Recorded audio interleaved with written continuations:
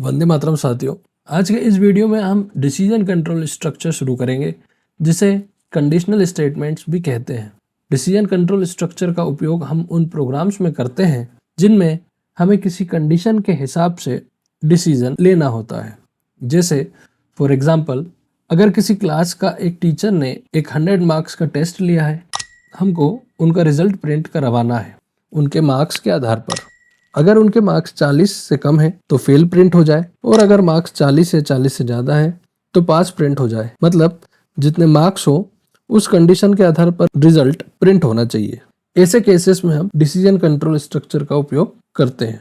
अब बात करते हैं डिसीजन कंट्रोल स्ट्रक्चर्स कितने प्रकार के होते हैं। जैसा कि आप इस फिगर में देख सकते हैं, डिसीजन कंट्रोल स्ट्रक्चर का सबसे पहला टाइप सिंपल इफ स्ट्रक्चर होता है। यह केवल ट्रू कंडीशन में काम करता है। कंडीशन फॉल्स होने पर यह कोई एक्शन नहीं लेता। इसको और बाकी सारी डिसीजन कंट्रोल स्ट्रक्चर्स को भी अगले आने वाले वीडियोस में हम डिटेल में देखने वाले हैं।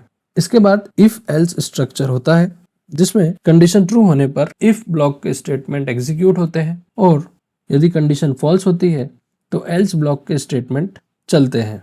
अब इसके बाद बात करते हैं पहले नेस्टेड इफ या इफ एल्स की।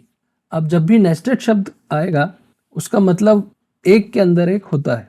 इसका मतलब यदि एक इफ ब्लॉक के अंदर स्टेटमेंट्स के स्थान पर कोई दूसरा इफ ब्लॉक आ जाएगा तो वो नेस्टेड इफ कहलाएगा। इसी तरह से इफ एल्स ब्लॉक्स के अंदर और कोई इफ एल्स ब्लॉक्स आ जाते हैं तो वो नेस्टेड इफ एल्स कहलाएंगे। इसके बाद इफ एल्स हो या स्विच केस हो, इनका एक से ज्यादा कंडीशंस होने पर उपयोग किया जाता है। फॉर एग्जाम्पल, मार्क्स वाले एग्जाम्पल के लिए 60 के ऊपर मार्क्स अगर हो तो फर्स्ट डिवीजन प्रिंट हो जाए, 50 और 60 के बीच में हो तो सेकंड डिवीजन प्रिंट हो जाए, 35 से 40 के बीच में हो तो थर्ड डिवीजन प्रिंट हो जाए, और 40 से कम हो तो फेल प्रिंट हो जाए। ऐसे मल्टीपल कंडीशंस होने पर हम इफ एल्स या स्विच केस का उपयोग करते हैं। तो इन सभी स्ट्रक्चर्स को हम लोग एक एक करके आगे आने वाले वीडियोस में देखने वाले हैं। तो बने रहिए हमारे चैनल पर, और यदि ये छोटा सा वीडियो आपको पसंद आया हो तो इसे लाइक कर दें, हमारे चैनल को सब्सक्राइब कर लें, साथ ही हमारे टेलीग्राम चैनल को भी ज्वाइन कर लें ताकि आगे आने वाले वीडियोस का नोटिफिकेशन आप लोगों को मिलते रहे। मिलेंगे अगले वीडियो में, तब तक के लिए बाय बाय। वंदे मातरम।